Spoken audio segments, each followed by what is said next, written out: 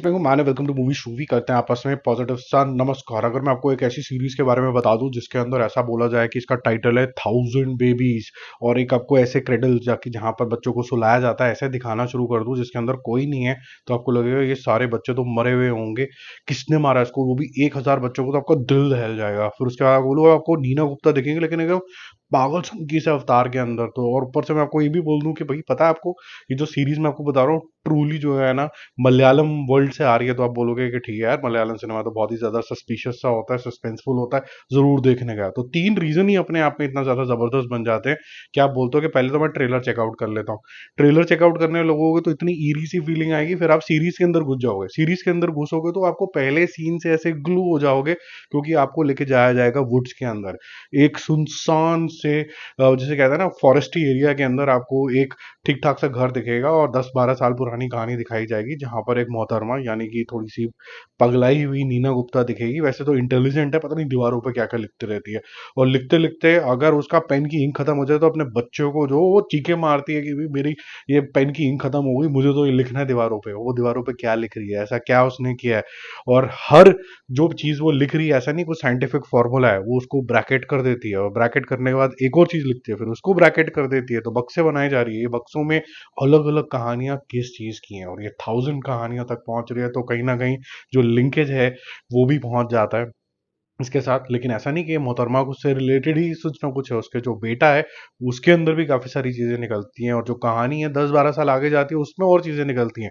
आगे पीछे की कहानी जो है आपस में मिक्स होने लग जाती है। तो ये जो क्राइम हुआ है इतना बड़ा, ये क्या हुआ है, कौन मर गया है, ये सारी चीजें आप अनर्थ करते हो 1000 बेबीज के अंदर। मेरे ख्याल से जिस तरीके का सस्पेंसफुल माहौल बनाया गया है, जिस तरीके से आपको स्टार्टिंग में ऐसा लगता है कि सिर्फ कुछ क्राइम नहीं हुआ है, कुछ सुपर नेचुरल भी है, कुछ इस तरीके के जोन के अंदर जाता है, कुछ पागलपन में जाता है जहां पर आपको ऐसा लगता है कि कुछ साइकोटिक भी हो रहा है, उस तरीके के जोन के अंदर जाता है। अनप्रिडिक्टेबल कैरेक्टर बिहेवियर होता है कि जहां पर बहुत स्वीटनेस होती है, अचानक से वो कैरेक्टर एग्रेशन में भी जाना शुरू हो जाता है। बोलो ये साला हो क्या रहा है, ये क्यों हो रहा है ये। तो मेरे ख्याल से वो काफी ज्यादा अच्छा है। अब हम इतनी तारीफ कर चुके हैं तो मैं आपको थोड़ा सा बता दूं कि ये जहां पर इसके मोटिव, इंटेंशंस, एक एक करके इन्वेस्टिगेशन, अलग अलग किरदार आते रहे ना, आपको बांध के रखेंगे। क्योंकि अगर आपने पहले एपिसोड में इंटरेस्ट बना लिया कि भाई ये हो क्यों रहा है, तो फिर आपको देखना तो पड़ेगा, इतना तो क्षमता है इस सीरीज के अंदर। तो ओनली थिंग इज कि उसके बाद ये थोड़ी सी स्लो डाउन होती है। तीसरे चौथे एपिसोड में ट्रू नेचर ऑफ ये 1000 बेबीज आपको पता चलता है। तब तक अचानक से स्टोरी आगे पीछे होती है, कई बार आपको पता भी नहीं चलता कि अच्छा ये अभी का टाइम चल रहा है कि आगे का टाइम चल रहा है। ये सब कंफ्यूजन मेरे साथ भी हुई थी। तो थोड़ा सा आप कर सकते हो, कई बार मैं 1.5x पे भी देखता हूँ कुछ चीजें जो जल्दी जल्दी रिव्यू करनी होती है, तो वहां पर थोड़ा सा डिफिकल्टी होती है। शायद आप नॉर्मल स्पीड पे देखें तो आपको डिफिकल्टी ना आए। तो ये सारी चीजें आप वहां पर देखोगे।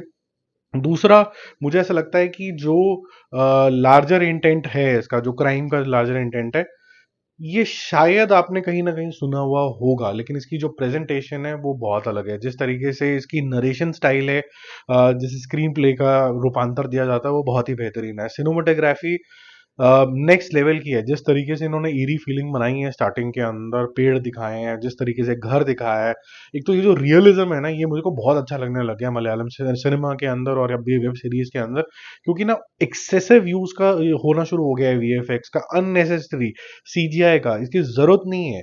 तो ऑफ लेटली अगर आप मेरे चैनल के ऊपर जाओगे तो मैंने बहुत सारी बातें करी हुई है Malayalam cinema. Of lately 2-3 movies काफी अच्छी आई हैं, ऐसा नहीं कि हर मूवी अच्छी होती है, कुछ बहुत अच्छी ओटीटी के ऊपर आई हैं, तो वो आप जरूर देखिएगा। और ये भी मेरे ख्याल से वेल रिकग्नाइज सीरीज होगी, थोड़ी स्लो होगी, जो इंटेंशंस हैं वो आपने देखी भली होंगी, लेकिन नरेटिव स्टाइल काफी ज्यादा डिफरेंट है। तो इस वीकेंड के ऊपर आपको अगर स्लो वॉच कुछ करना है तो आप ये जरूर चेकआउट कर सकते हो। मेरा मूवी शो भी स्कोर रहेगा 3.5 स्टार आउट ऑफ 5। ये जो थोड़े से मैंने नंबर काटे हुए हैं, मैं बोलूंगा कि जो डायरेक्शन स्टाइल है उसमें क्या होता है कि जब आप इतना खो जाते हो नरेशन के अंदर, तो ये एडिटर का काम होता है कि कहाँ का कैंचियां लगानी है। तो कुछ कुछ जो सब प्लॉट्स हैं वहां कैंचियां लगनी जरूरी थी, वो कैंचियां लगी नहीं है, जिससे कुछ कुछ एपिसोड जो है 45-50 मिनट्स भी क्रॉस कर गए हैं, वहां इतनी जरूरत नहीं है। लेकिन अगर आपको कोई जल्दी नहीं है लाइफ के अंदर तो भाई 50 हो चाहे 1 घंटा हो, तो आप आराम से तसल्ली बख्श देख सकते हो। ये हम लोगों के ऊपर प्रेशर होता है कि एक एक दिन में दो दो तीन तीन सीरीज निपटानी है। आपके लिए तो बड़ा सिंपल है कि आप दो चार एपिसोड एक दिन देख लिए, दो चार एपिसोड आप बाद में देख लिए, या फिर इंटरेस्ट बन गया तो आपने शाम को शुरू करा, ओवरनाइट लेट नाइट तक पॉपकॉर्न खाते खाते, वो मतलब बिंज वॉचिंग जिसे बोलते हैं, वो करते करते आपने देख लिया, तो वो आपको उस जोन में जा सकते हो। लेकिन जो फास्ट पेस वाले लोग हैं उनको जरूर लगेगा कि यार ये थोड़ा डल मोमेंट्स भी आ रहे हैं इसके अंदर। बट स्टोरी टेलिंग में जो अलगपन आ सकता है, वो मेरे ख्याल से वीएफएक्स कभी भी नहीं ला सकता, जो ये सीरीज आपको डेफिनेटली हिट करती ही करती है इस क्वेश्चन के ऊपर। बाकी हम जल्दी मिलेंगे रिव्यूज और अपडेट्स के साथ। Stay connected, bye bye.